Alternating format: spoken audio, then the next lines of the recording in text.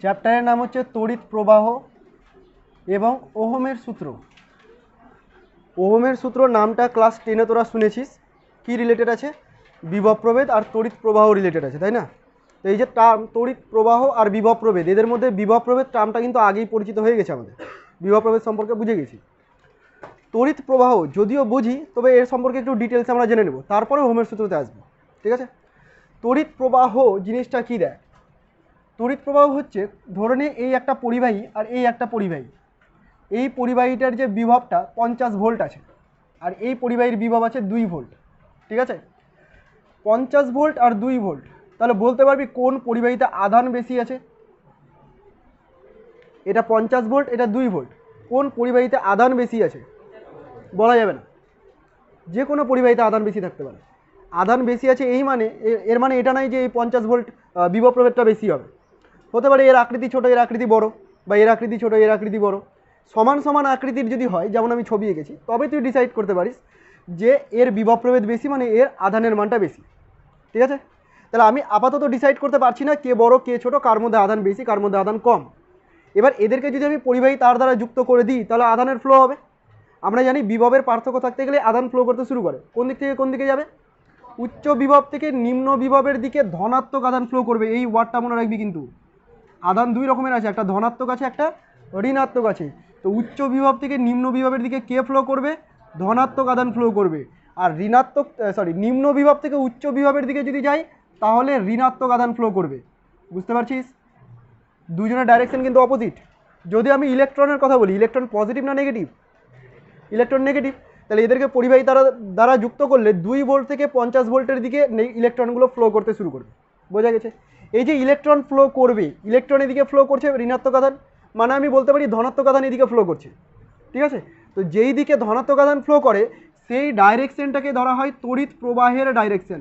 এই দিকটাতে তড়িৎ প্রবাহ হচ্ছে, তড়িৎ প্রবাহের ডাইরেকশন, এই দিকটাকে তড়িৎ প্রবাহ হচ্ছে। আমরা ধরে নিব কোন দিকটাকে?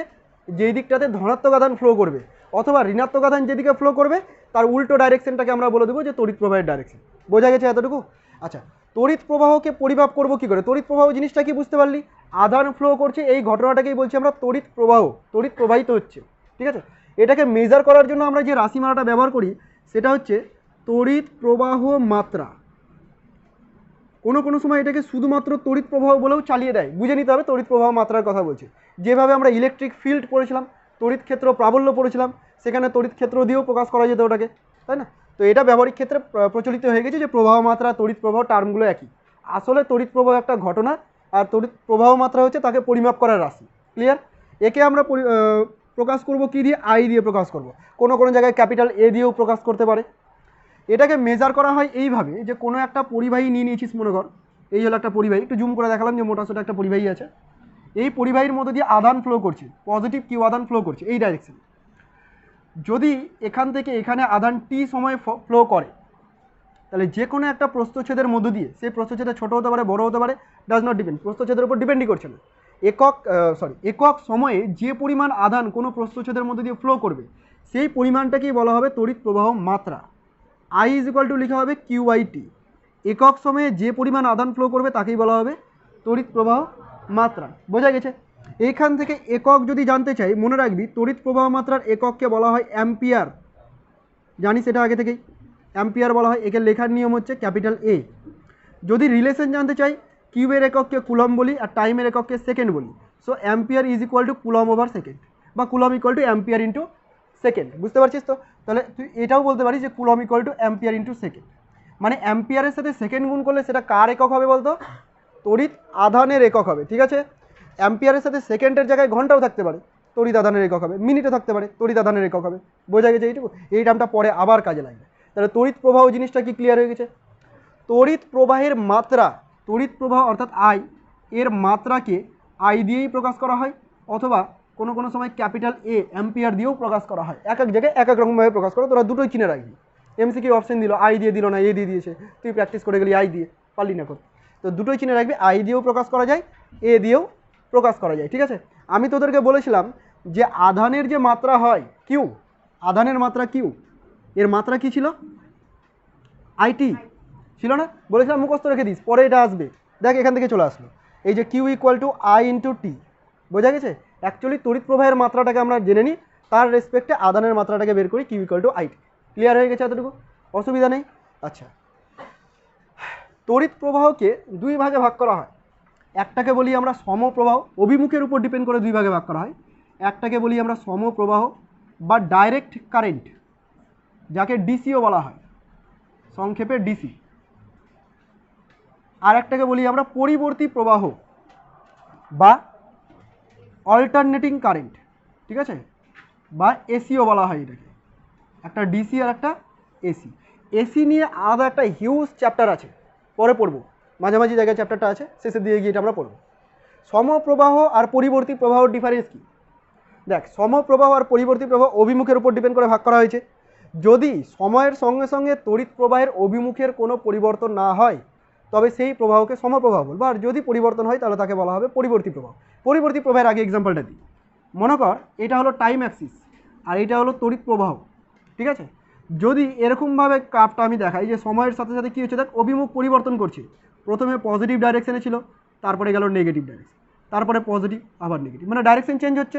এটা হলো পরিবর্তী প্রবাহ বা এসি কারেন্ট বা অল্টারনেটিভ কারেন্ট, যে কারেন্টটা আমরা ইউজ করছি রিয়েল লাইফে, প্র্যাকটিক্যালি যেটা আমরা ইউজ করছি। এটা কী ধরনের প্রবাহ? পরিবর্তী প্রবাহ, অল্টারনেটিং কারেন্ট। সমপ্রবাহ কি? সময়ের সাথে সাথে কারেন্টের ডাইরেকশন চেঞ্জ হচ্ছে না। ধরুন এইরকম একটা কার্ভ আছে, সময়ের সাথে কারেন্টের মানটাও ফিক্সড, ডাইরেকশনও পজিটিভই আছে। আচ্ছা, এটা ছাড়া এরকমও হতে পারে, কিন্তু এটাও কিন্তু সমপ্রবাহ। এটা নেগেটিভ সাইডে গেছে কি?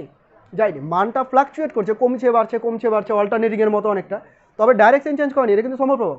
বোঝা গেছে? আচ্ছা, এই দাগটাকে পার করতে হবে, তবেই হয়ে যাবে এটা পরিবর্তী প্রবাহ। পরিবর্তী প্রবাহের আরও কিছু কার্ভ আছে, ধরুন এরকম স্কোয়ার কার্ভ হতে পারে, ট্রায়াঙ্গুলার কার্ভ হতে পারে, বিভিন্ন রকম কার্ভ হতে পারে। বোঝা গেছে তো? আমরা যখন পরিবর্তী প্রবাহ পড়বো মেনলি এই কার্ভটাকে আমরা ব্যবহার করব, এটাকে সাইনোসয়েডাল কার্ভ বলে। তোরা ম্যাথামেটিক্সে সাইন কার্ভ পড়বি, এটাকে সাইন কার্ভ বলা হয়। সাইন কার্ভ এরকম দেখতে হয়। বোঝা গেছে এটুকু? তাহলে পরিবর্তী প্রবাহ দুই প্রকার, একটা হচ্ছে সমপ্রবাহ আর একটা প্রবাহ দুই প্রকার, একটা পরিবর্তী প্রবাহ আর একটা হচ্ছে সমপ্রবাহ। অসুবিধা নাই, বুঝতে পারো?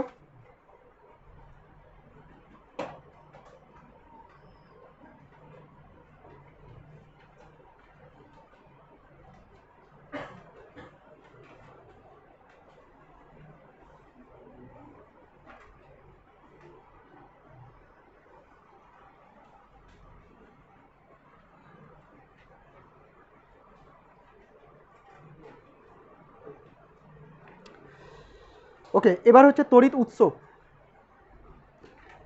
হ্যাঁ,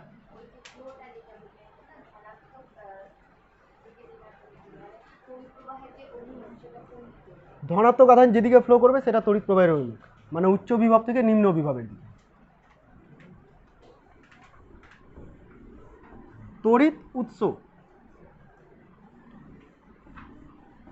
তড়িৎ উৎস বলতে গেলে আমরা নর্মালি ব্যাটারি বুঝে নিই, যে ব্যাটারি থেকে তড়িৎ উৎপন্ন হয়, তাই ব্যাটারি হচ্ছে একটা তড়িৎ উৎস। অ্যাকচুয়ালি তা নয়, তড়িৎ উৎস হচ্ছে যে কোনো তড়িৎ যন্ত্র যার মধ্য থেকে আমরা তড়িৎ শক্তি উৎপন্ন করতে পারবো, তাকেই আমরা বলবো তড়িৎ উৎস। বোঝা গেল? তড়িৎ উৎস কি? তড়িৎ উৎস হচ্ছে ভোল্টেজ সোর্স, হচ্ছে যে এমন একটা যন্ত্র, এমন একটা তড়িৎ যন্ত্র যার মধ্যে থেকে আমরা তড়িৎ উৎপন্ন করতে পারবো, তাকে বলবো আমরা তড়িৎ উৎস। এই তড়িৎ উৎসকে পরিমাপ করার জন্য, এর ক্ষমতাকে পরিমাপ করার জন্য আমরা ইউজ করি তড়িৎ চালক বল রাশিটাকে। কাকে ইউজ করি? তড়িৎ চালক বল, ইলেকট্রোমোটিভ ফোর্স। এটার নাম লিখেছি বল, কিন্তু আসলে কোনো বল নয়, এটা হলো শক্তি। এই নাম শুনে গুলিয়ে দিবি না যে এটা হলো এক ধরনের বল, এটা এক ধরনের শক্তি। এই কোশ্চেনটাও হয়, আমার নোটে লিখে দেওয়া আছে যে তড়িৎচালক বল আর বল দুটো আলাদা রাশি, কিন্তু একই রাশি নয়। ক্লিয়ার হয়েছে? তড়িৎচালক বলটা কী জিনিস? কোনো একটা তড়িৎ উৎস কতটা পরিমাণ তড়িৎ উৎপন্ন করতে পারবে সেটাকে মেজার করার কোয়ান্টিটি। মেনলি আমরা এটাকে বিভব প্রভেদের রেসপেক্টে মেজার করি, বিভবের পোটেনশিয়াল দিয়ে আমরা পরিমাপ করি। কোনো একটা ব্যাটারি 12 ভোল্টের ব্যাটারি, ঘড়িতে আমরা ইউজ করি 9 ভোল্টের ব্যাটারি, 12 ভোল্টের ব্যাটারি, তাই না? তো এই যে 9 ভোল্ট, ওই ব্যাটারিটার তড়িৎচালক বল হচ্ছে 9 ভোল্ট। বোঝা গেছে এতটুকু? তড়িৎচালক জিনিসটা কি, তড়িৎচালক বলটা কি? তড়িৎ উৎসকে ভাগ করা হয় দুই ভাগে। তড়িৎ উৎসকে ভাগ করা হয় দুই ভাগ, একটাকে বলা হয় তড়িৎ কোষ, একটাকে বলা হয় তড়িৎ কোষ, আর একটাকে বলা হয় ডাইনামো। একটাকে বলা হয় তড়িৎ কোষ আর একটাকে বলা হয় ডাইনামো। আচ্ছা, কোষ বানানে তালবস্ত, ঠিক আছে, মূর্ধন্য স দিবি না, মূর্ধন্য স কোষ হয়ে গেল জীবন বিজ্ঞানের কোষ, গুলি যেন না। তড়িৎ কোষ বা ইলেকট্রিক সেল বলতে পারি এটাকে আমরা। এই সেল মানেও জীবন বিজ্ঞানের সেল না, এখানে সেল মানে ব্যাটারির কথা বলছে। আর একটা হচ্ছে ডাইনামো। এরা দুজন তড়িৎ উৎপন্ন করতে পারে। তড়িৎ কোষ যদি মেইনলি আমরা বলি তাহলে বুঝে নিবি ব্যাটারি টাইপের কিছু বলতে চাইছে, যার ভিতরে কোনো সচল যন্ত্রাংশ থাকবে না। ব্যাটারির মধ্যে কোনো যন্ত্র থাকে, ঘোরাফেরা করে, চাকার মতো ঘুরছে, ও তড়িৎ উৎপন্ন করছে, এমন কোনো যন্ত্রাংশ নেই। তাহলে এটা হলো তড়িৎ কোষ। তাহলে ডাইনামো কি? ডাইনামো হচ্ছে যে তড়িৎ উৎসের মধ্যে সচল যন্ত্রাংশ থাকবে। যেমন জেনারেটর তো দেখেছিস তোরা, বড় বড় অনুষ্ঠানে যে জেনারেটর ইউজ করা হয়, ওখানে কি ব্যাটারি লাগানো থাকে? জেনারেটর, সচল যন্ত্রাংশ আছে, যন্ত্রাংশ কাজ করছে, তাহলে ওটাও কিন্তু তড়িৎ উৎপন্ন করছে, ওটা হলো ডাইনামো। ঠিক আছে, আমরা ফোকাস করবো তড়িৎ কোষকে। তড়িৎ কোষ কী বললাম? যার মধ্যে কোনো সচল যন্ত্রাংশ নেই। এটা বিভিন্ন ধরনের হতে পারে, রাসায়নিক প্রকৃতিরও হতে পারে। আমরা শুধুমাত্র তড়িৎ রাসায়নিক কোষটাকেই পড়ব, এর সম্পর্কেই জানব। ঠিক আছে, তড়িৎ রাসায়নিক কোষ মানে যার ভিতরে শুধুমাত্র রাসায়নিক বিক্রিয়া, রাসায়নিক উপাদান, এই সব জিনিসগুলোকে কাজে লাগিয়ে তৈরি করা হয়েছে। আমাদের রিয়েল লাইফে যত রকমের ব্যাটারি আমরা ইউজ করি নর্মালি, এগুলো বেশিরভাগটাই হচ্ছে তড়িৎ রাসায়নিক কোষ। মোবাইলের ব্যাটারি, ঘড়ির ব্যাটারি, আর যে কোনো ব্যাটারি, এগুলো সব কি? তড়িৎ রাসায়নিক কোষ। এই যে তড়িৎ রাসায়নিক কোষ, এটাকে আবার ভাগ করা হয় 3 ভাগে। বইয়ে সব নোটে সব সুন্দরভাবে লিখে দেওয়া আছে, অত আমি এক্সপ্লেন করছি না। প্রথমটা হচ্ছে প্রাথমিক কোষ বা প্রাইমারি সেল, গৌণ কোষ অথবা সেকেন্ডারি সেল, আর একটা প্রমাণ কোষ। ঠিক আছে, স্ট্যান্ডার্ড সেল। প্রাথমিক, গৌণ, প্রমাণ, প্রাইমারি, সেকেন্ডারি, স্ট্যান্ডার্ড। প্রাইমারি সেলটা কি দেয়, মেন ডিফারেন্স কি এদের? প্রাইমারি সেলটা হচ্ছে সেই ধরনের তড়িৎ কোষ যাকে একবারই ব্যবহার করতে পারবো, নতুন করে আর রিচার্জ করা যাবে না। নর্মাল আমরা যে ভাষা ইউজ করি তাতে বলবো আমরা নতুন করে আর রিচার্জ করতে পারবো না, একে আর তড়িৎ আহিতকরণ করা যাবে না। যেমন ঘড়ির ব্যাটারি শেষ হয়ে গেলে শেষ, ওর আয়ু শেষ, ওটা হলো প্রাথমিক সেলের পার্ট। গৌণ কোষ হচ্ছে যাকে তুই নতুন করে বারবার রিচার্জ করতে পারবি, মোবাইলের ব্যাটারি, টর্চ লাইটের ব্যাটারি থাকে না, যেগুলোকে আমরা রিচার্জ করতে পারি, ওগুলো হলো গৌণ কোষ, একে বারবার তড়িৎ আহিতকরণ করা যাবে। প্রমাণ কোষ কি? প্রমাণ কোষও অনেকটা প্রাইমারি সেলের মতোই, তবে ডিফারেন্স আছে। প্রাইমারি কোষ কী করে, এ যত সময় যায় এর বিভব প্রভেদ মানে তড়িৎচালক বলের মানটা কমতে থাকে। আমি কিনে আনলাম 9 ভোল্টের ব্যাটারি, তার মানে এই না যতদিন ও বেঁচে আছে ততদিন পর্যন্ত 9 ভোল্টই সাপ্লাই করবে। আনলাম 9 ভোল্টের ব্যাটারি, হয়তো কাজ করছে 8.1 ভোল্ট, কিছুদিন কাজ করলাম 1 মাস 2 মাস, ওটা কমে হয়ে গেল 7 ভোল্ট। এইভাবে ধীরে ধীরে ওর আয়ুটা শেষ হচ্ছে। গৌণ কোষের ক্ষেত্রেও তাই, ধীরে ধীরে আমরা দেখি তো 100% থেকে 80%, 80% থেকে 10% এভাবে নামতে শুরু করে। তাহলে এটার ক্ষেত্রেও কিন্তু মানটা ফিক্স থাকছে না, অনবরত চেঞ্জ হচ্ছে। কিন্তু প্রমাণ কোষ অথবা মানক কোষ, এই কোষটার ক্ষেত্রে এ যতক্ষণ বেঁচে থাকবে কনস্ট্যান্ট ভোল্টেজ দিবে। ঠিক আছে, ওয়েস্টার্ন ক্যাডমিয়াম বলে এক ধরনের কোষ আছে, জীবনে চোখে দেখিস নি, আমিও দেখিনি, শুধু নাম শুনেছি। ওয়েস্টার্ন ক্যাডমিয়াম কোষ, এই কোষটা কী করে, যতক্ষণ পর্যন্ত এর আয়ু আছে, ধর 10 ভোল্টের জন্য তৈরি করেছি, তো 10 ভোল্টই দিবে, যখন আয়ু শেষ হবে 10 ভোল্টেই শেষ হবে। এদের কী হবে, 10 ভোল্ট থেকে কমে 9, 9 থেকে 8, 7, তারপরে ধীরে ধীরে নষ্ট হবে, এ তা করবে না। এই জন্য এটাকে বলা হয় প্রমাণ কোষ বা মানক কোষ। বোঝা গেছে? হ্যাঁ, ও যতক্ষণ বেঁচে আছে ততক্ষণ কনস্ট্যান্ট ভোল্টেজ অ্যাপ্লাই করছে। এর মেকানিজম রাসায়নিক প্রকৃতির ক্ষেত্রে আছে, আমরা দেখবো সেটা। তো ওয়েস্টার্ন ক্যাডমিয়াম আমাদের সিলেবাসের মধ্যে নেই।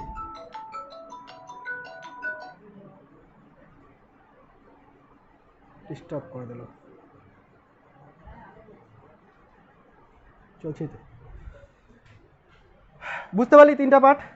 এটার মধ্যে কি হচ্ছে, রিচার্জ করা যাবে না, ধীরে ধীরে হ্রাস পাচ্ছে, রিচার্জ করা যাবে, ধীরে ধীরে হ্রাস পাচ্ছে, এটা ফিক্সড আছে, এটা আর নতুন করে তৈরি করা যাবে। যাক, এদের এক্সাম্পলগুলো আমি লিখে দিয়েছি, কোনটা লেড অ্যাসিড সঞ্চয় কোষ আছে, কোনটা ক্ষারীয় কোষ আছে, কোনটা ওয়েস্টার্ন ক্যাডমিয়াম কোষ আছে, একটুখানি করে নামগুলো শুধু মুখস্থ রাখবি এমসিকিউর জন্য, খুব একটা বেশি ইম্পর্টেন্ট পার্ট না। পার্থক্য দেওয়া আছে দেখবি প্রাইমারি আর গৌণর মধ্যে, মেবি একবার করে পড়ে নিলে এগুলো তোরা নিজেরাই বলতে পারবি, আমাকে বোঝাতে হবে না। আচ্ছা, গৌণ কোষটাকে নিয়ে একটু আলোচনা করবো বেশি। গৌণ কোষের ইম্পর্টেন্সটাই বেশি আমাদের। গৌণ কোষের সামর্থ্য বলে একটা টার্ম পাওয়া যায়। গৌণ কোষের সামর্থ্য, সামর্থ্যটা কীভাবে পরিমাপ করা হয়, কোনো একটা কোষ তার সামর্থ্য কত, গৌণ কোষের সামর্থ্য এটাকে কি করে পরিমাপ করি। দেখ, কোনো একটা গৌণ কোষ ধরুন 1 ঘন্টা চললো, 1 ঘন্টা চললো, ও 50 অ্যাম্পিয়ার কারেন্ট দিল 1 ঘন্টা ধরে। কোনো একটা কোষকে আমি চার্জ করে নিয়েছি, ওকে আমি 1 ঘন্টা চালাম, 1 ঘন্টা ধরে ও কী করলো 50 অ্যাম্পিয়ার করে কারেন্ট দিতে থাকলো, দিয়ে শেষ হয়ে গেল 1 ঘন্টা পর। তাহলে এর যদি সামর্থ্য পরিমাপ করা হয় তাহলে বলা হবে 50 অ্যাম্পিয়ার ঘন্টা, মানে তড়িৎ প্রবাহ মাত্রা এবং সময় এই দুটোকে গুণ করে দিতে হবে।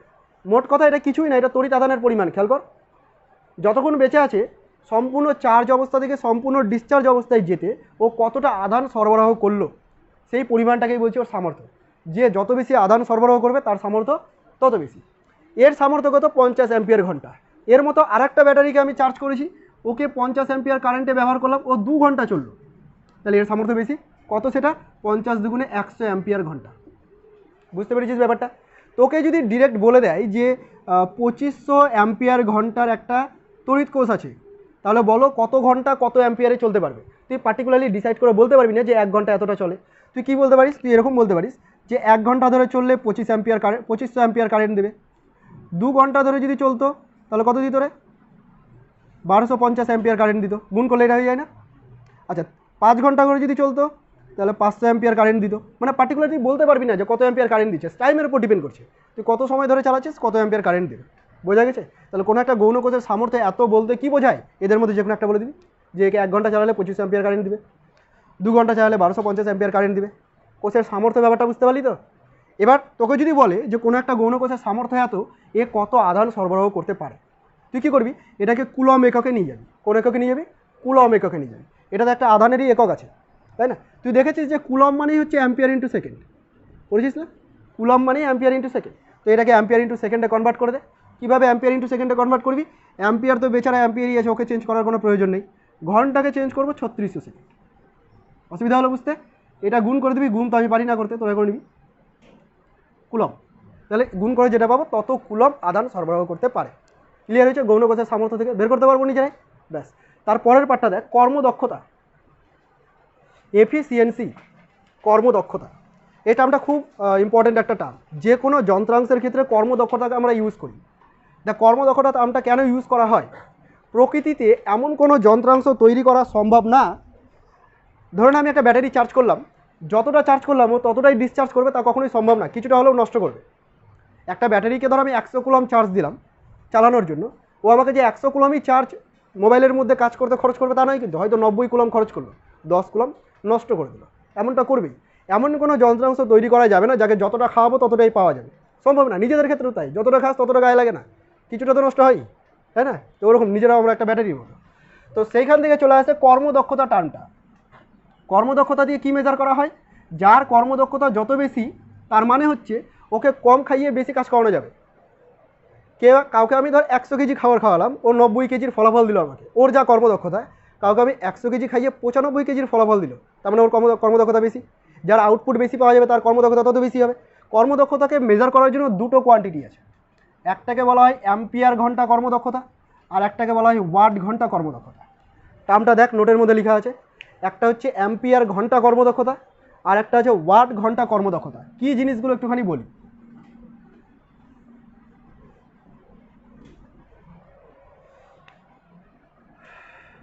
অ্যাম্পিয়ার ঘন্টা কর্মদক্ষতা,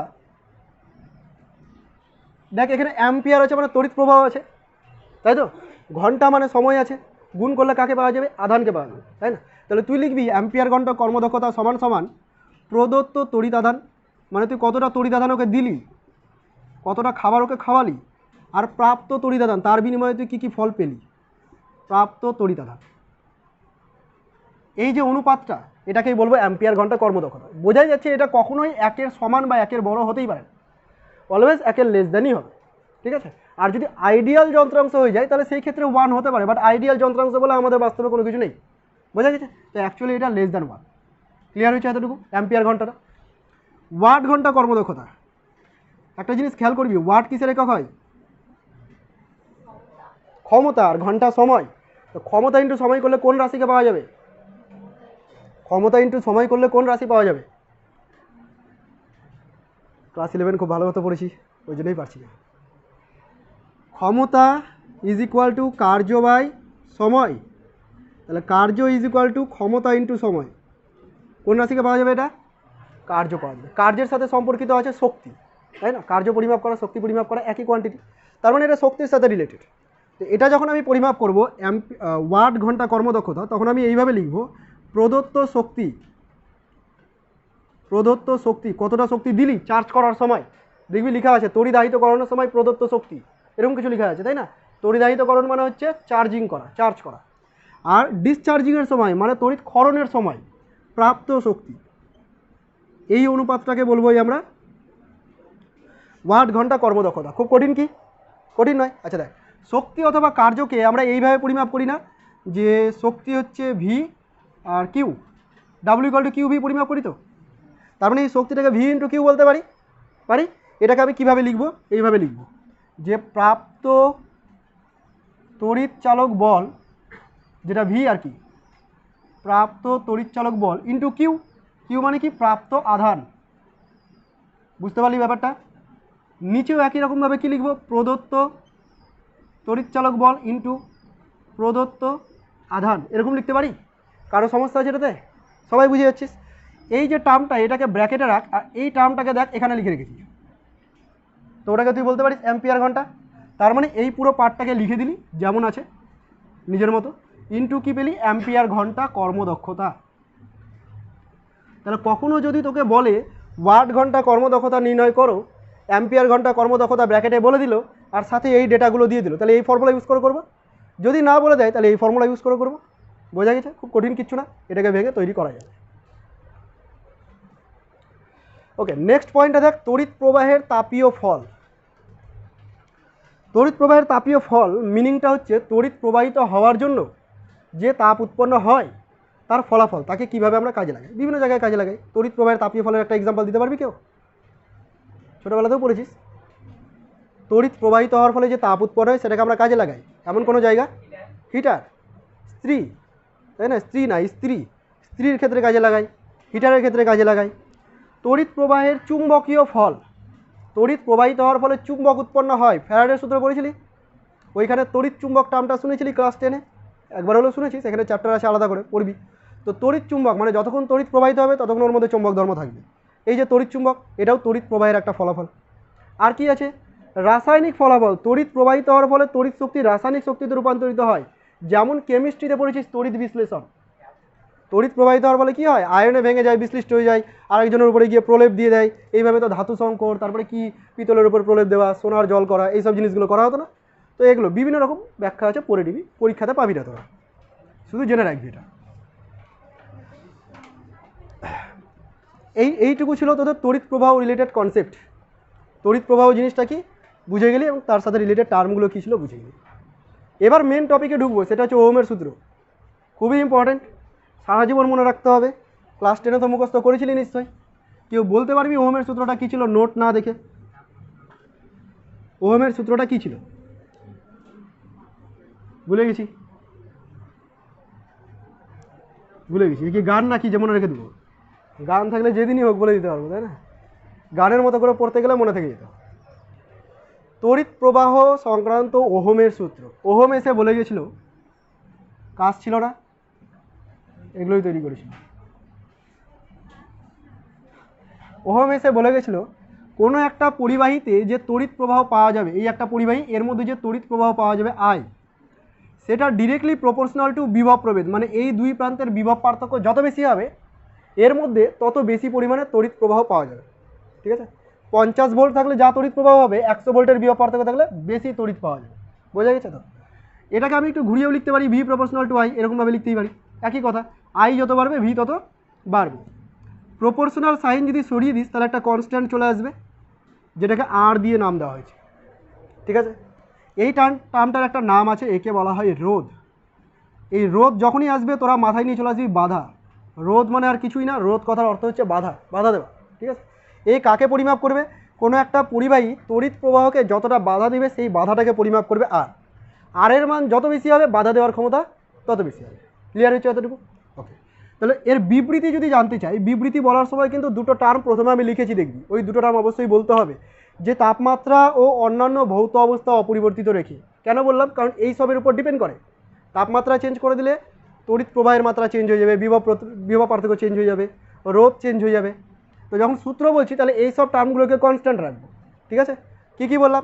তাপমাত্রা এবং অন্যান্য ভৌত অবস্থা, আমি আর যাই না কী কী অবস্থা, এটা দিয়ে আমার কাজ হয়ে গেল। অন্যান্য ভৌত অবস্থা অপরিবর্তিত রেখে কোনো পরিবাহীর তড়িৎ প্রবাহ মাত্রা তার বিভব প্রভেদের সমানুপাতিক হয়। হলো? তারপরে গাণিতিক রূপ এটা। বোঝা গেছে এতটুকু? এই যে নতুন টার্ম জানতে পারলাম রোধ, এটাকে নিয়ে আলোচনা করব। রোধ জিনিসটা কি? রোধ মানে বাধা, এইটুকু বুঝে গেছিস। একে ডিফাইন যদি করতে হয়, আর ইজ ইকুয়াল টু কী লিখবি? V by I, capital I দিয়ে দিই সুবিধার্থে। R equal to V by I. একটা জিনিস খেয়াল কর, কোনো পরিবাহীতে যদি আইকে 1 করে দিই তাহলে আর ইকুয়াল টু ভি হয়ে যাবে। মানে সংখ্যাটা এরকমভাবে তৈরি করতে পারিস, কোনো পরিবাহীতে একক প্রবাহ মাত্রা পাওয়ার জন্য তার দুই প্রান্তে যে পরিমাণ বিভব পার্থক্য উৎপন্ন করতে হবে তাকেই বলা হবে এই পরিবাহীর রোধ। সংখ্যা দেওয়ার সময় এইভাবে বলবো আমরা। তো রোধের এককটাকে বলা হয় ওহম। কি বলা হয়? ওহম। তুই এরকমভাবে বাংলায় ওহম লিখতে পারিস, অথবা ইংরেজিতে OHM লিখতে পারিস, অনেকে ওমও বলে এটাকে, শুধু ওম। অথবা তুই ওমেগা লিখতে পারিস, এটা গ্রিক অক্ষর ওমেগা, ছোটোবেলায় ওহম হিসেবেই পড়েছি একে, ঠিক আছে? তো এটাকে ওহম বলা হয়, গ্রিক অক্ষর ওমেগা। এত কিছু তুই প্রকাশ করতে পারিস। এদের সাথে রিলেশন আছে বিভব প্রভেদ আর তড়িৎ প্রবাহ মাত্রা। বিভব প্রভেদের একক তো একটাই, ভোল্ট, আর তড়িৎ প্রবাহ মাত্রার একক অ্যাম্পিয়ার। তাহলে ohm is equal two volt into ampere বলতে পারি, অথবা volt is equal two ohm into ampere বলতে পারি, যে কোনো কিছু বলতেই পারি, রিলেশন তৈরি করাই যায়। অসুবিধা হচ্ছে বুঝতে? এটা সিজিএস পদ্ধতিতে ওহম, এসআই পদ্ধতিতে ওহম, সিজিএস পদ্ধতিতে স্ট্যাট ওহম বা ইএসইউ রোধ, ঠিক আছে? এটা তোদের বাড়ির কাজ হিসেবে আমি ছেড়ে দিলাম, নোটে যদিও করা আছে। 1 ওহম সমান সমান কত স্ট্যাট ওহম। আগে অনেক আমরা বের করেছি এই টাইপের রিলেশন, এটা তোরা বাড়িতে করবি। কোন ইকুয়েশনে হেল্প নিবি? এই ইকুয়েশনটা হেল্প নিবি, দিয়ে বের করবি 1 ওহম সমান সমান কত স্ট্যাট ওহম। বোঝা গেছে? রোধের মাত্রা, তোরাই আমাকে হেল্প কর। রোধের মাত্রা যদি বের করতে হয় কীভাবে এগাবো? ভি এর মাত্রা বাই আই এর মাত্রা। ভি এর মাত্রা আশা করি মুখস্থ নেই, কোনো অন্যায় নেই, না থাকলো V is equal to W by Q, জানি তো? V is equal to W by Q. কে জানতি না? কেউ বলবি না, আমি জানি ম্যাক্সিমামই জানতি না। ডাব্লুর মাত্রা হচ্ছে ml স্কোয়ার t-2, কিউ এর মাত্রা IT আই। তাহলে এটাকে কম্বাইন করে দেবো ml স্কোয়ার I-2 t-3। মুখস্থ রাখার তো কোনো প্রয়োজনই নেই। হলো এককার মাত্রা। রোধ সম্পর্কে জানতে পেরে গেলাম, রোধ জিনিসটা কি। ওকে, কখনো কখনো তোকে জানতে চাইবে 1 ওহম রোধ বলতে কি বোঝো। কখনো কখনো জানতে চাইবে 1 ওহম, হ্যাঁ কি লেখা আছে? ml স্কোয়ার, এখানে কোনটা টি রে? এই পরেরটা টি, পরেরটা টি 4 লেখা আছে। দেখ তো এটার সাথে এটা মিলছে কিনা, ভুল করেছি নিশ্চয়ই কিছু। ml square t-2 IT I, তাহলে টি এর পাওয়ারে -3 হচ্ছে, তো ওখানে ভুল করেছি নোটে, ঠিক করে নে, ঠিক করে নে। IT ইন্টু টি, এটা ভুল করে দিয়েছি, এটা শুধু আই হবে। আমি এখানে যেটা করেছি ঠিক করেছি, নোটেরটা কারেক্ট করে নে তোরা। একটু হতেই পারে, রাত জেগে করেছি নোট, তো কী হলো, তাই না? একটু একটু মানাই যায়।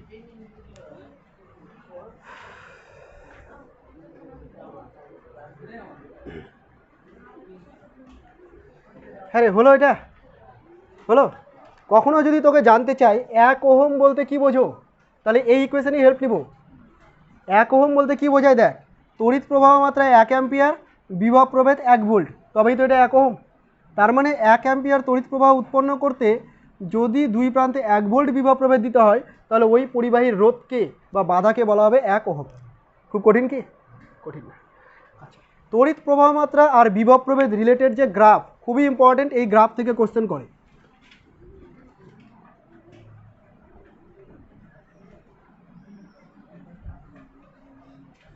ওহমের সূত্র অনুযায়ী পরিবাহীর ক্ষেত্রে, মনে রাখবি ওহমের সূত্র কিন্তু পরিবাহীর ক্ষেত্রে অ্যাপ্লিকেবল, ঠিক আছে? পরিবাহীর ক্ষেত্রে ওহমের সূত্র অ্যাপ্লিকেবল। পরিবাহী ছাড়া যদি অর্ধ পরিবাহী চলে যায়, ওহমের সূত্র প্রযোজ্য নয়। যদি তড়িৎ বিশ্লেষ্য পদার্থে চলে যায়, ওহমের সূত্র প্রযোজ্য নয়। ওরাও তড়িৎ পরিবহন করে, তবে সেখানে ওহমের সূত্র অ্যাপ্লাই করা যাবে না। ওহমের সূত্র শুধুমাত্র কার ক্ষেত্রে অ্যাপ্লিকেবল? পরিবাহীর ক্ষেত্রে অ্যাপ্লিকেবল। দেখ, যদি কোনো একটা পরিবাহী থাকে এবং সেই পরিবাহীর যদি ভি ভার্সেস আই গ্রাফটা আমি দেখতে চাই, ভি ভার্সেস আই, তো ওহমের সূত্র বলেছে ভি ইকুয়াল টু আই আর হবে, ভি ইকুয়াল টু আই আর হবে। এই যে ভি, এটাকে তুই কোন অ্যাক্সিসে রেখেছিস? এক্স, আমি এদিকে রেখে দিই সুবিধার্থে, ওয়াই অ্যাক্সিসে রেখে দিই, আর আইটাকে এদিকে রেখে দিই, ঠিক আছে? এটা রেখেছি ওয়াই অ্যাক্সিসে আর এটাকে রেখেছি এক্স অ্যাক্সিসে। এই যে সমীকরণটা দেখতে লাগছে অনেকটা ওয়াই ইকুয়াল টু এম এক্সের মতো লাগছে না? Y equal to M X কার সমীকরণ? সরল রেখার সমীকরণ। তাহলে এই গ্রাফটা কেমন হবে? সরল রেখা হবে। এটা তো মূল বিন্দুগামী সরল রেখা, কারণ কোনো ছেদিতাংশ এখানে দেখতে পাচ্ছিস না, প্লাস দিয়ে কিচ্ছু নেই, তার মানে মূল বিন্দুগামী সরল রেখা, অর্থাৎ এইরকম গ্রাফ হবে। যদি কোনো গ্রাফ এঁকে দেয় আর এরকম সরল রেখা এঁকে দেয়, বুঝে নিবি ওটা ওহমীয় পরিবাহী আছে, মানে ওহমের সূত্র মেনে চলে। এটা কার ক্ষেত্রে অ্যাপ্লিকেবল? ওহমীয় পরিবাহীর ক্ষেত্রে অ্যাপ্লিকেবল, যারা ওহমের সূত্র মেনে চলবে। যদি কখনো তোকে এরকম একটা গ্রাফ দিয়ে দেয় যে এরকম দিয়ে দিল, এটা কি সরলরেখা হয়েছে? যেমন খুশি তেমন দিক, অওহমীয় পরিবাহী, শুধুমাত্র এটাই ওহমীয় পরিবাহী। আরও একটা গ্রাফ দিয়ে দিল ধরনের এরকম, আর এদিকেও একটা দেখিয়ে দিল, এটা একটু পরিচিত থাক এটার সাথে। এই ধরনের একটা গ্রাফ হয়, এটাকে অর্ধ পরিবাহীর গ্রাফ বলি। অর্ধ পরিবাহী নিয়ে আলাদা চ্যাপ্টার আছে শেষের দিকে একদম, তখন আমরা এই গ্রাফটা নিয়েও আলোচনা করব, বিশাল আলোচনা করতে হবে এই গ্রাফ নিয়ে। তো শুধুমাত্র এটাই হচ্ছে ওহমীয় পরিবাহী, বাকিগুলো অওহমীয় পরিবাহী। আমি যেমন খুশি তেমন করতে পারতাম, এরকমও যদি করে দিতাম অওহমীয় পরিবাহী। বোঝা গেছে এইটুকু? গ্রাফ বুঝতে পারলি? ওকে, নতুন টার্ম জানতে পারলাম পরিবাহীর রোধ। এই টার্মটা সম্পর্কে আরও জানবো। একক মাত্রা তো জানা হয়ে গেছে, বেসিক জিনিস। এবার দেখবো যে কোনো একটা পরিবাহীর রোধ কী কী বিষয়ের উপর নির্ভর করে। এই নির্ভরতাটা আমার নোট থেকেই পড়বি, এটা বই থেকে পড়বি না, কারণ বইয়ে ফুলফিল করা নাই।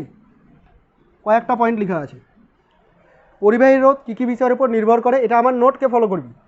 কী কী বিষয়ের উপর নির্ভর করে? 1, পরিবাহীর দৈর্ঘ্যের উপর ডিপেন্ড করে। কিভাবে ডিপেন্ড করে বলছি। 2, পরিবাহীর প্রস্থচ্ছেদের উপর ডিপেন্ড করে। 3, এটা বইয়ে নাই, উষ্ণতার উপর ডিপেন্ড করে। হতে পারে যে নতুন বইয়ে আছে, হয়তো কারেক্ট করেছে, উষ্ণতার উপর ডিপেন্ড করে। 4, উপাদানের উপর ডিপেন্ড করে। আমার বইয়ে আমার নোটে 3টা লেখা আছে নিশ্চয়ই, তাই না? উপাদানের উপর ডিপেন্ড করে, লাস্টে হয়তো কোনো জায়গায় লিখেছে, আর না থাকলে তোরা লিখে নিবি। একটু দাঁড়া, আগে শুনে নে। কী কী বিষয় বললাম? দৈর্ঘ্য, প্রস্থচ্ছেদ, উষ্ণতা, উপাদান। দেখ, কোনো একটা পরিবাহী নিয়েছি, এরকম একটা পরিবাহী, আর একটা পরিবাহী নিয়েছি এটা, ঠিক আছে? পরিবাহীর রোধের নির্ভরতা যখন ব্যাখ্যা করবি, তোরা জলের ফ্লো দিয়ে ব্যাখ্যা করবি। জলের ফ্লো যেমন ঘটনা ঘটবে, তড়িৎ প্রবাহের ক্ষেত্রে সেই একই ঘটনাই ঘটবে। আমি যদি এই পাইপের মধ্যে জল ছাড়ি বা এই পাইপের মধ্যে জল ছাড়ি, কোন পাইপের মধ্যে দিয়ে জল যাওয়ার সময় বেশি বাধা পাবে? ওপরটাতে বেশি বাধা পাবে, বেশি ফ্রিকশন আসবে, বেশি ঘর্ষণ আসবে, কারণ বড় পাইপ আছে। তার মানে দৈর্ঘ্য যত বেশি হচ্ছে, বাধা তত বেশি হচ্ছে। অর্থাৎ আর দৈর্ঘ্যের সাথে সমানুপাতিক সম্পর্ক। বোঝা গেছে এইটুকু? আর দৈর্ঘ্যের সাথে সমানুপাতিক সম্পর্ক। দৈর্ঘ্য যত বৃদ্ধি পাবে, বাধা তত বৃদ্ধি পাবে। এবার মনে কর এই একটা পরিবাহী দেখতে পাচ্ছিস এ, আর একটা পরিবাহী এরকম নিয়েছি, একটা পরিবাহী এরকম নিয়েছি। এর প্রস্থচ্ছেদটা কম, দৈর্ঘ্য দুজনের সমান রেখেছি, প্রস্থচ্ছেদ কম। তাহলে তুই বল কার মধ্যে দিয়ে যাওয়ার সময় বেশি বাধা পাবে? এ না বি? বি এর মধ্যে দিয়ে যাওয়ার সময় বেশি বাধা পাবে। ছোট ছিদ্র আছে, তোকেই ঢুকিয়ে দিলাম, মনে কর তুই সহজে ঢুকতে পারবি? ফ্লো করতে পারবি না তুই। সুতরাং এটার মধ্যে বাধা বেশি, অর্থাৎ ক্ষেত্রফল যদি কম হয় তাহলে বাধা বেশি। তার মানে আর প্রপোর্শনাল টু 1/a বলতে পারি। ব্যস্তানুপাতিক সম্পর্ক, ক্ষেত্রফল কম, বাধা বেশি। আচ্ছা, এদের দুজনকে যদি কম্বাইন করা যায় যৌগিক ভেদের সূত্রানুসারে, তাহলে আর প্রপোর্শনাল টু লিখতে পারবো L/a। প্রপোর্শনাল সাইন সরিয়ে দিলে একটা কনস্ট্যান্ট আসবে, এই কনস্ট্যান্টটাকে নাম লেখা হয় রো দিয়ে। কি বলা হয় এটাকে? Rho. R equal to rho L/a। এটা হচ্ছে একটা সমীকরণ, খুব ইম্পর্টেন্ট সমীকরণ, প্রচুর প্রবলেম পাবো এটা দিয়ে, অনেক কিছু ব্যাখ্যা করা যাবে। এই যে রো টার্মটা পেলাম, এর নামই হচ্ছে রোধাঙ্ক। কি নাম এটার? রোধাঙ্ক, রেজিস্টিভিটি। রোধাঙ্ক কিসের উপর ডিপেন্ড করে? উপাদানের উপর ডিপেন্ড করে। তামার রোধাঙ্ক ফিক্সড, সেই তুই তামার এতটুকু তার নে, এত বড় তার নে, যত বড়ই তার নে, ওর রোধাঙ্কের মান ফিক্সড আছে। লোহা নিলে তার রোধাঙ্কের মান ফিক্সড আছে। তার মানে এটা কিসের উপর ডিপেন্ড করছে? উপাদানের উপর ডিপেন্ড করছে। হয়ে গেল উপাদানের ব্যাখ্যাটা, বুঝতে পারলি? আচ্ছা, উষ্ণতার উপর কিভাবে ডিপেন্ড করে? কোনো একটা পরিবাহীর, শুনে নে ভালো করে, কোনো একটা পরিবাহীর যদি উষ্ণতা বাড়িয়ে দিই তাহলে তার রোধ বৃদ্ধি পাবে। মনে রাখবি, কোনো পরিবাহীর যদি উষ্ণতা বাড়িয়ে দিই তার রোধ বৃদ্ধি পাবে। কেন? মনে কর এই যে পরিবাহীটা আছে, এর মধ্যে অ্যাটম আছে, প্রচুর অ্যাটম আছে। আচ্ছা, এর মধ্যে তো ইলেকট্রনও আছে, ফ্রি ইলেকট্রন আছে, তাই না? এই ফ্রি ইলেকট্রনগুলো এইদিকে যাচ্ছে না, এদিকে যাচ্ছে না। তড়িৎ যদি এদিকে প্রবাহিত হয় তাহলে ফ্রি ইলেকট্রনগুলো এইদিকে যাচ্ছে, উল্টো ডাইরেকশন, ঋণাত্মক আধান। ওকে, এবার আমি যদি হিট করি এখানে, যদি আমি এখানে হিট করি বা তাপমাত্রা বাড়াই, তাহলে কী হবে? এই যে ইলেকট্রন মুক্ত ইলেকট্রনগুলো আছে তারা এনার্জি পাবে, এনার্জি পাবে, বেশি স্পিডে যাবে, তাহলে তড়িৎ প্রবাহ মাত্রা বাড়ার কথা। তড়িৎ প্রবাহ মাত্রা যদি বেড়ে যায় তাহলে রোধ কমে যাওয়ার কথা। তড়িৎ প্রবাহ মাত্রা বাড়ছে, তার মানে বাধা কমছে, রোধ কমছে। কিন্তু তা হয় না। কেন হয় না? যখন তুই হিট করছিস, ইলেকট্রনগুলো যে শুধুমাত্র হিট নিচ্ছে তা নাই, এরা যে পরমাণুর সঙ্গে যুক্ত আছে সেই পরমাণু অ্যাটমগুলোও কিন্তু হিট নিচ্ছে। এবার অ্যাটমগুলো তার জায়গা পরিবর্তন করতে পারে না, হিট পেয়ে কী করছে? ভাইব্রেট করছে একই জায়গায় থেকে। এবার ধর এখানে কিছু ভিড় লেগে আছে, তুই দৌড়ে আসছিস, ভিড়ের মধ্যে দিয়ে যতটা স্পিডে যেতে পারবি, ওই লোকগুলো যদি ভাইব্রেট করতে থাকে, মানে ব্যাক অ্যান্ড ফোর্থ যদি যাওয়া আসা করতে থাকে, তুই বেশি বাধা পাবি না? বেশি বাধা পাবি। তাহলে এরা এনার্জি বেশি পাওয়া সত্ত্বেও কিন্তু বাধাটা বেশি পেয়ে যাচ্ছে, ফলে রোধ কী হচ্ছে, বেড়ে যাচ্ছে। মনে থাকবে এই কনসেপ্টটা, কোনো জায়গায় লেখা নেই, মনে রাখার চেষ্টা কর। কী বললাম, কোনো একটা পরিবাহীর রোধ যদি উষ্ণতা যদি বাড়িয়ে দিই, তাহলে রোধ কী হবে, বৃদ্ধি পাবে। মনে থাকবে, পরিবাহী ছাড়া বাকি সবার ক্ষেত্রে উল্টো, অর্ধপরিবাহী বলুক, তড়িৎ বিশ্লেষ্য বলুক, এদের ক্ষেত্রে উল্টো ঘটনা, উষ্ণতা বাড়ালে রোধ কমে যায়। শুধু পরিবাহী মনে রাখবি, বাকিগুলোর ক্ষেত্রে মনে থেকে যাবে। হয়েছে এতটুকু? তাহলে 4টা বিষয়ের উপর ডিপেন্ড করছে, দেখতে পেলি, দৈর্ঘ্য, ক্ষেত্রফল, উষ্ণতা, আর একটা হচ্ছে উপাদান। ঠিক আছে, উপাদানেরটা তোরা লিখে রাখতে পারিস, বা আমি লাস্টে লিখে রেখেছি, যেখানে রো হচ্ছে উপাদানের, হ্যাঁ উপাদানের উপরও নির্ভর করে, লাস্ট পয়েন্টে লিখে দিয়েছি, ওটাকে 4 নম্বর পয়েন্ট করে দে।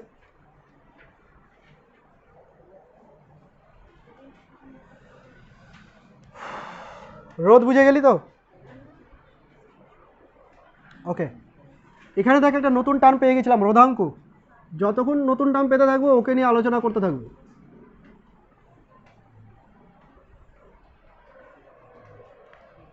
আর ইজ ইকুয়াল টু পেয়েছিস রো এল বাই এ। এই যে সমীকরণটা, এখানে রোকে বলা হয়েছিল রোধাঙ্ক, এটা পরিবাহীর উপাদানের উপর নির্ভর করে। এই রোকে যদি ডিফাইন করতে যাই, তাহলে রো ইকুয়াল টু সাজাবো আর ইন্টু এ বাই এল বলবো। এখান থেকে সংজ্ঞা তৈরি হয়ে যাবে। কিভাবে, তুই এ কে করে দে 1, এল কেও করে দে 1, তাহলে রো ইকুয়াল টু কী দাঁড়াবে, আর দাঁড়াবে। মানে তুই বলতে পারিস, এমন কোনো পরিবাহী যে পরিবাহীর দৈর্ঘ্য একক, ক্ষেত্রফল একক, মানে প্রস্থচ্ছেদ একক, সেই পরিবাহীর রোধটাকে বলা হবে তার রোধাঙ্ক। অর্থাৎ আমি যদি একক দৈর্ঘ্যের এবং একক প্রস্থচ্ছেদের কোনো একটা পরিবাহী নিই, তার যে রোধ হবে সেই রোধটাকেই বলবো আমরা রোধাঙ্ক। একটা জিনিস খেয়াল কর, একক দৈর্ঘ্য আর একক প্রস্থচ্ছেদ দিয়ে আমি একটা ঘনকও তৈরি করতে পারি। এরকম একটা ঘনক আকার একটা পরিবাহী নিয়ে নিয়েছি মনে কর, ঠিক আছে, একটা স্লাইস কেটে নিয়েছি, তার দৈর্ঘ্য কত, একক। আর এই যে ক্ষেত্রফলটা দেখছিস, এটাও যদি একক নিয়ে নিই, তার মানে প্রত্যেকটা বাহু এক এক করে হয়ে যাচ্ছে না, প্রত্যেকটা বাহু এক এক করে হয়ে যাচ্ছে, তার মানে এই ঘনকটাকে বলা হবে একক ঘনক। তো রোধাঙ্কের সংজ্ঞা এটাও লেখা আছে, দেখ, যে একক ঘনকের দুটো বিপরীত তলের মধ্যবর্তী রোধকে বলা হচ্ছে রোধাঙ্ক। আছে লেখা, একক ঘনকের দুটো বিপরীত তলের মধ্যবর্তী রোধকে বলা হচ্ছে রোধাঙ্ক। ওকে, আচ্ছা, রোধাঙ্কের একক বলবো এই ফর্মুলা থেকে। কোথা থেকে বলবো, এই ফর্মুলা থেকে বলবো। রোধাঙ্কের একক মানে হচ্ছে রো এর আর এর একক ওহম, ইন্টু ক্ষেত্রফলের একক বাই দৈর্ঘ্যের একক, মানে কি দাঁড়ালো, তাহলে রোধাঙ্কের একক মানে ওহম ইন্টু মিটার। কোনো কোনো জায়গায় ব্যবহারিক ক্ষেত্রে ওহম ইন্টু সেন্টিমিটারও ইউজ করে, ওহমটা এসআই, সেন্টিমিটারটা সিজিএস। ঠিক আছে, কোনো কোনো ক্ষেত্রে এটাকে, ম্যাক্সিমাম ক্ষেত্রে এটা ইউজ করে, ওহম ইন্টু সেন্টিমিটার। ওকে, রোধাঙ্কের মাত্রা আশা করি তোরা বের করতে পারবি। রোধাঙ্কের মাত্রাটা বের করা তোদের বাড়ির কাজ, আমি করাবো না। রোধাঙ্কের মাত্রা বাড়িতে বের করবি তোরা।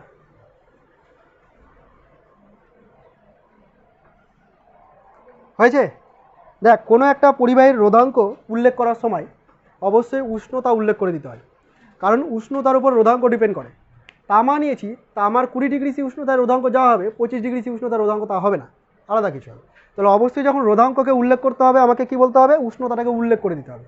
দেখ, একটা পয়েন্ট লিখে দিয়েছি, তামার রোধাঙ্ক 1.76 10⁻⁻6 ওহম সেন্টিমিটার 20 ডিগ্রি সি বলতে কি বোঝায়, আছে না, কি বোঝায়, 20 ডিগ্রি সেলসিয়াস উষ্ণতায় একক দৈর্ঘ্য এবং একক প্রস্থচ্ছেদ বিশিষ্ট কোনো তামার তারের রোধ 1.76 10⁻⁻6 ওহম, অথবা একক ঘনকের রোধ।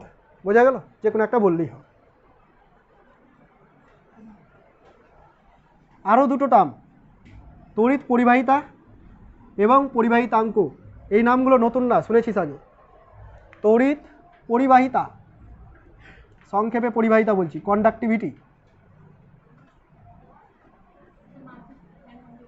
আর একটা হচ্ছে পরিবাহিতাঙ্ক। দেখ কী জিনিস এগুলো। পরিবাহিতা কি, পরিবাহিতাকে ওয়াই দিয়ে প্রকাশ করা হয়, এটা হচ্ছে 1/r, এই রাশিটাকে পরিবাহিতা বলা হয়। কেন পরিবাহিতা বলা হয়, পরিবাহিতা ওয়ার্ডটা শুনে বুঝতে পারছিস, পরিবহন করার ক্ষমতা। যে যত বেশি পরিবহন করতে পারবে তার পরিবাহিতা তত বেশি। দেখ, আমি এখানে উল্টো সম্পর্ক দিয়েছি, বাধা যদি বেশি হয়ে যায় তাহলে এই পুরো টার্মটা কমে যাচ্ছে না, বাধা বেশি মানে পুরো টার্মটা কমে যাচ্ছে, আর বাধা বেশি থাকলে কী হয়, পরিবহন কম করে, তার মানে দেখ পরিবাহিতা পাওয়া যাচ্ছে। বোঝা গেছে এইটুকু। এখান থেকে একক বলতে পারবি, রোধের একক কী হয়? ওহম। তাহলে এর একক যদি বলতে হয় তোকে বলতে হবে ওহম ইনভার্স, উল্টো তো। এই ওহম ইনভার্সের আরেকটা নাম আছে, একে তুই এরকম বলতে পারিস, ওহম বানানটাকে উল্টে দিয়ে মৌ, ও এই চোম, এটাকে উল্টে দিলাম, মৌ বলে দিবি। ইংরেজিতে বলতে পারিস, বাংলাতে আবার বলে দিস না ম হ ও, এটা বলা যায় না, হ্যাঁ এটাই বলতে পারিস। এর আরেকটা নাম আছে সিমেন্স, এস, এটাও বলতে পারিস, সিমেন্স অথবা সাইমেন্স, যেটা খুশি একটা বললেই হলো। ওহম ইনভার্স, মো, আর একটা হচ্ছে সিমেন্স বা সাইমেন্স। ক্লিয়ার হলো? এটা হচ্ছে পরিবাহিতার একক। পরিবাহিতাঙ্ক একে প্রকাশ করা হয় সিগমা দিয়ে, সিগমাকে ডিফাইন করা হয় 1/ρ রাশিটা দিয়ে। মিল আছে দেখ, রো কি? রোধাঙ্ক, আর রোধাঙ্কের উল্টো পরিবাহিতাঙ্ক, ঠিক আছে? তো এটারও একক তুই বলতে পারবি। এর একক যদি বলিস তাহলে এর একক হচ্ছে 1/ওহম ইন্টু মিটার বা ওহম ইন্টু সেন্টিমিটার। এটাকে তুই এরকম লিখতে পারিস, মো ইন্টু মিটার ইনভার্স, ঠিক আছে? অথবা MHO, মো ইন্টু মিটার ইনভার্স, অথবা বলতে পারিস সিমেন্স মিটার ইনভার্স। ডটগুলো হয় না কিন্তু, কখনো কখনো ভুল করে আমি দিয়ে দিচ্ছি, ডট হয় না। কিছু বলছিস? বল। তাই থাকতে পারবি সবাই?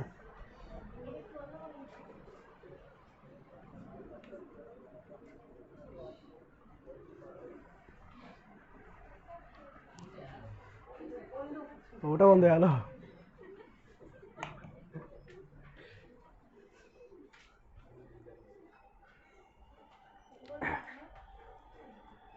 আচ্ছা, একটা প্রবলেম দেওয়া আছে দেখ, ছোট্ট একটা প্রবলেম দেওয়া আছে, কোশ্চেনটা পড়ে নে সবাই। পরিবাহিতাঙ্কের পরেই দেখ ফ্যাক্ট লেখা আছে একটা,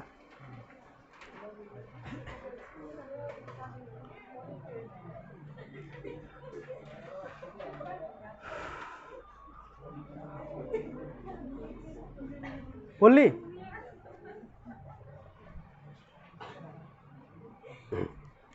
কি লেখা আছে? 1 মিলিমিটার স্কোয়ার প্রস্থচ্ছেদের আর 1 মিটার লম্বা তামার তারের রোধ।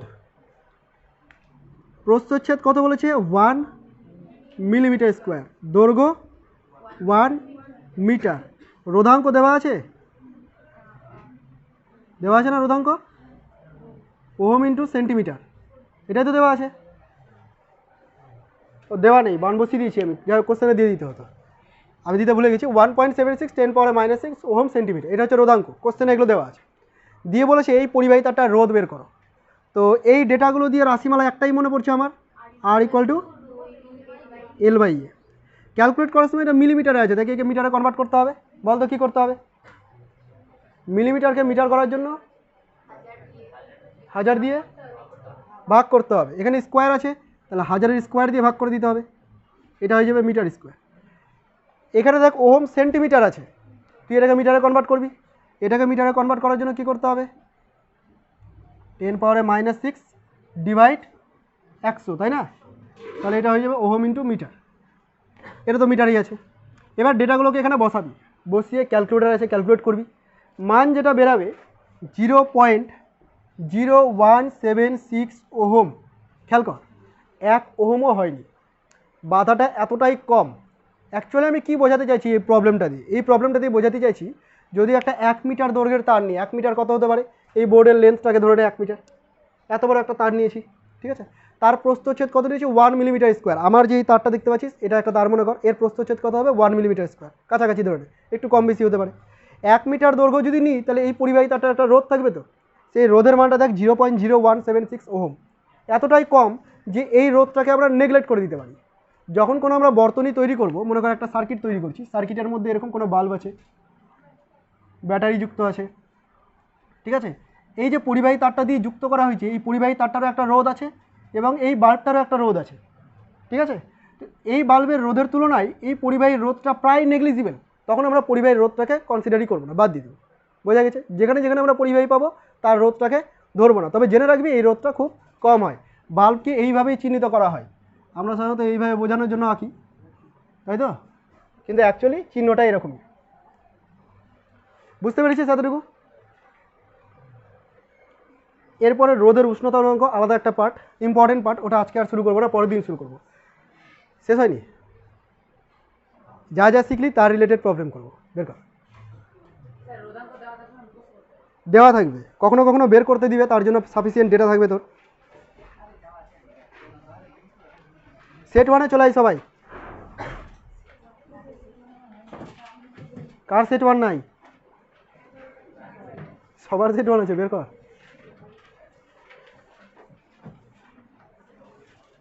তোরা থাকতে পারছিস ফ্যান ছাড়া? পারছিস না? ওই মেয়েটাকে পিছনে করে দিত।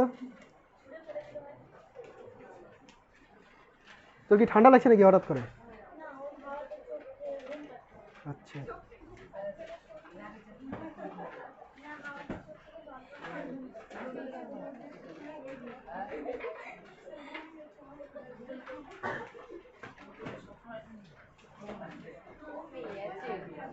হুম,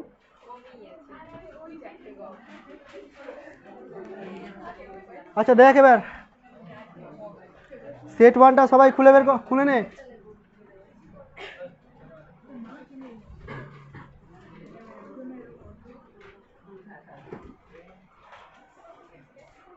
এখনো পেজ পাসনি? তাড়াতাড়ি খুল, তাড়াতাড়ি খুল।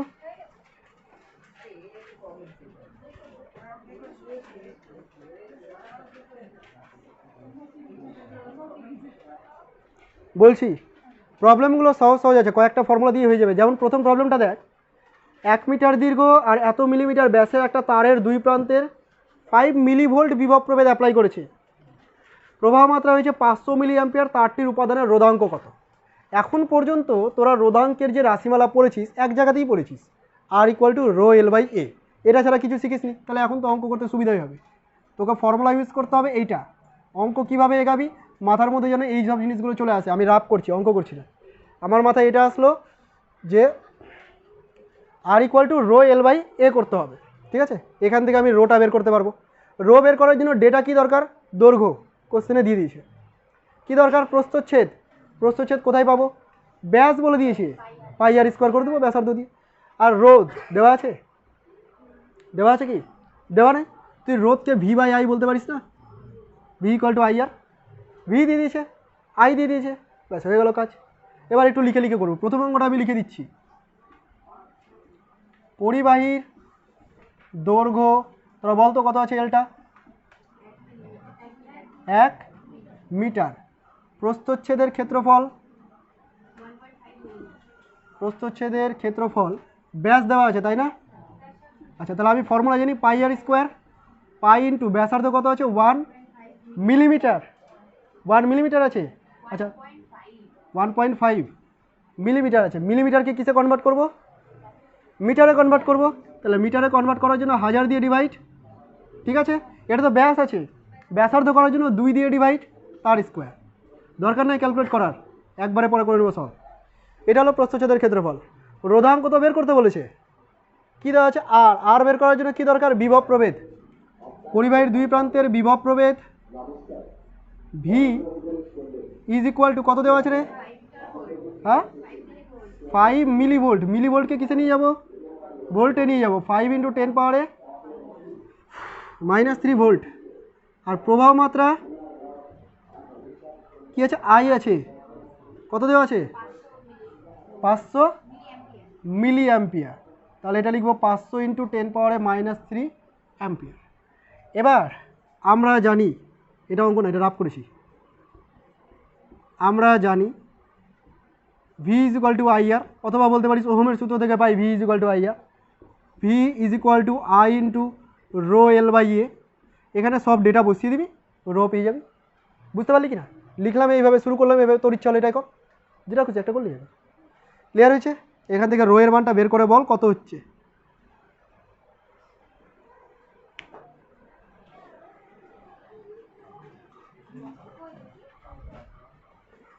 বেশিরভাগ বলছিস মিলে গেছে, যাদের মিলেনি ঠান্ডা মাথায় ক্যালকুলেশনটা করবি আবার।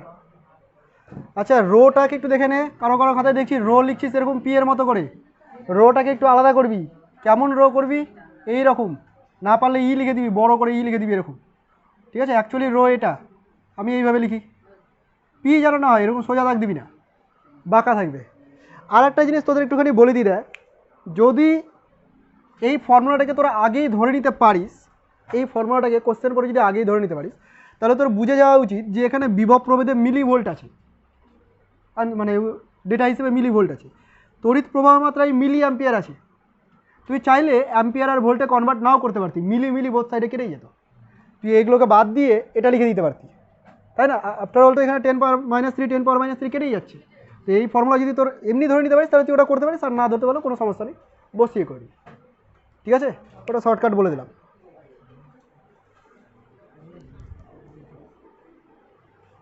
আচ্ছা, এবার নেক্সট কোশ্চেনটা পর দেখি, 2 নম্বরটা পারবি নিশ্চয়ই? 2 নম্বর একই টাইপের ফর্মুলা আছে, এগুলো আমি করাবো না। 3 নম্বরও পারবি। 3 নম্বরটা খুবই ইজি, এটা ক্লাস 10এও তোরা করেছিস এই প্রবলেমটা। দৈর্ঘ্য, ব্যাস, রোধ প্রত্যেকটা অনুপাত বলে দিয়েছে, আর রোধাঙ্কের অনুপাত জানতে চেয়েছি। আমি একটুখানি ধরিয়ে দিচ্ছি, এইভাবে লিখবি R1 = ρ1 L1/π r1² করবি ক্ষেত্রফলের জায়গায়, কারণ ব্যাসের অনুপাত আছে বা ব্যাসার্ধের অনুপাত আছে, ব্যাসের অনুপাত ব্যাসার্ধের অনুপাত একই হয়। আর এখানে লিখবি R2 = ρ2 L2/πr2²। ঠিক আছে, অনুপাত যদি করে নিস তাহলে ρ1/ρ2টা পেয়ে যাবি, এইভাবে করে নিবি। এটা 3 নম্বর বোধ হয়।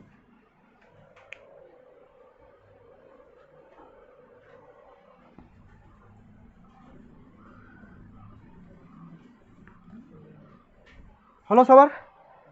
আচ্ছা, নেক্সট 4 নম্বর। 4 নম্বরের অঙ্কগুলো সুন্দর, পাশে দেখে না,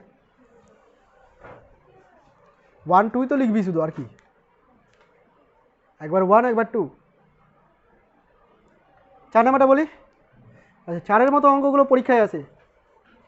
রোধাঙ্কের একটা নাইক্রোম তার, এর দৈর্ঘ্য টেনে 10% বৃদ্ধি করেছে। কোন তার আমার জানার দরকার নেই, লোহার তার দিলেও চলবে, একই অঙ্ক।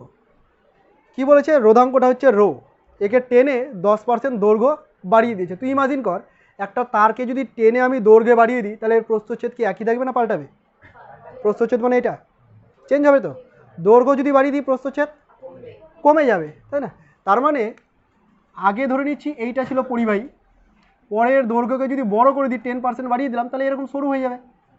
প্রথম ক্ষেত্রে দৈর্ঘ্যটা ছিল L1 এবং ক্ষেত্রফল ছিল A1, প্রস্থচ্ছেদের ক্ষেত্রফল।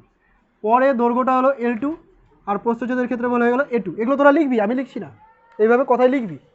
তাহলে এখানে যতটা মেটেরিয়াল ছিল টানার পর তো অতটাই মেটেরিয়াল আছে, নাকি কমে গেল না বেড়ে যাবে? এরকম তো হবে না, যেমনটা ছিল তেমনটাই থাকবে।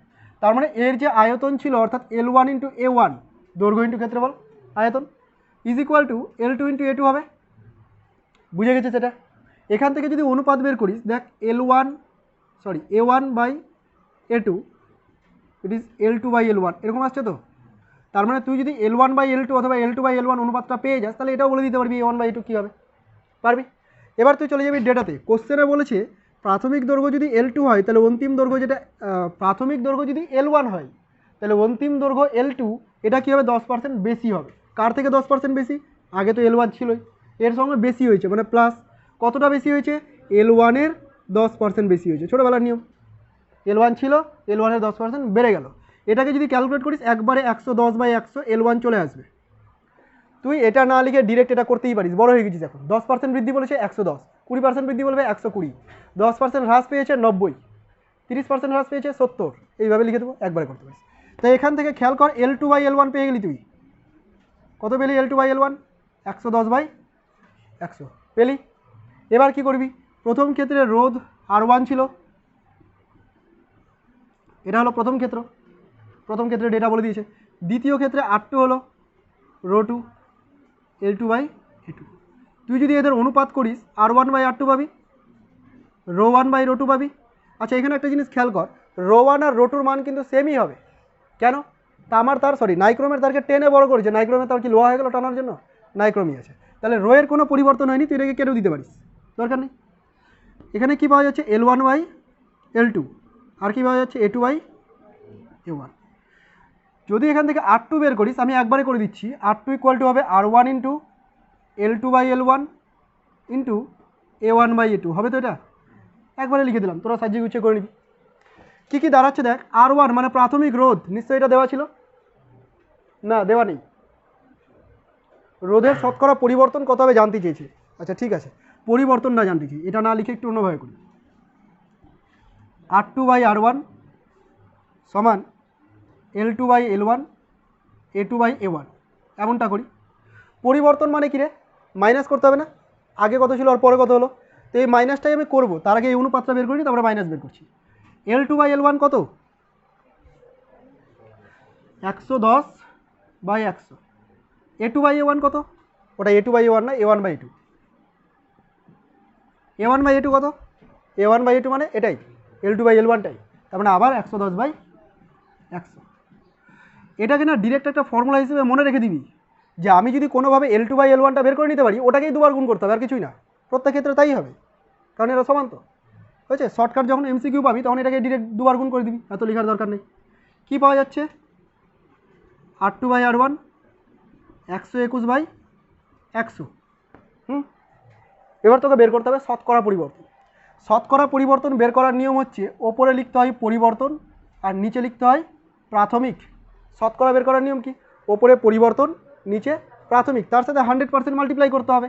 এখানেও তাই করব, এখানে পরিবর্তন আর নিচে হচ্ছে প্রাথমিক, এটার সাথে মিল রেখে করলাম। কত পাওয়া যাচ্ছে এটা? 21/100। যদি পার্সেন্টেজে কনভার্ট করতে হয় তাহলে মাল্টিপ্লাইড বাই 100%, কত পাওয়া যাচ্ছে? 21%। তাহলে রোধের পরিবর্তন কত হলো? 21% হলো। পজিটিভ এসছে না নেগেটিভ এসছে? পজিটিভ, তার মানে 21% বৃদ্ধি পাবে। নেগেটিভ আসলে 21% হ্রাস পাবে। বোঝা গেছে? পারা যাবে এইভাবে করতে। প্রথম দিকে কিন্তু 2-3 লাইন লিখতে হবে, অঙ্কটা লেখার জন্য অনেক বড়, তবে কনসেপ্ট ছোট, শুধুমাত্র ফর্মুলা দিয়ে করে নে সবাই।